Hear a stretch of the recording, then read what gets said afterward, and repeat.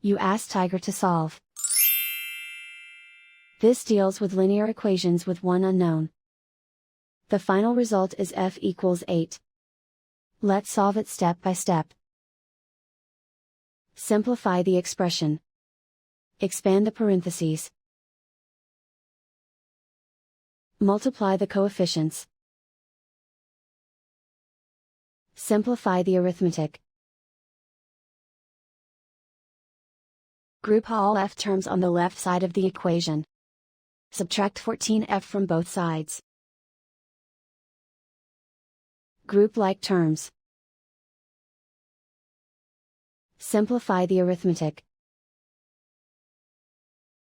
Group like terms. Simplify the arithmetic.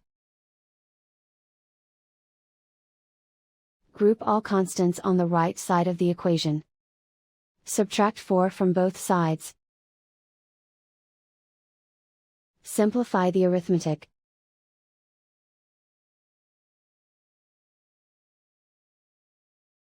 Isolate the f. Divide both sides by -4. Cancel out the negatives. Simplify the fraction. Cancel out the negatives.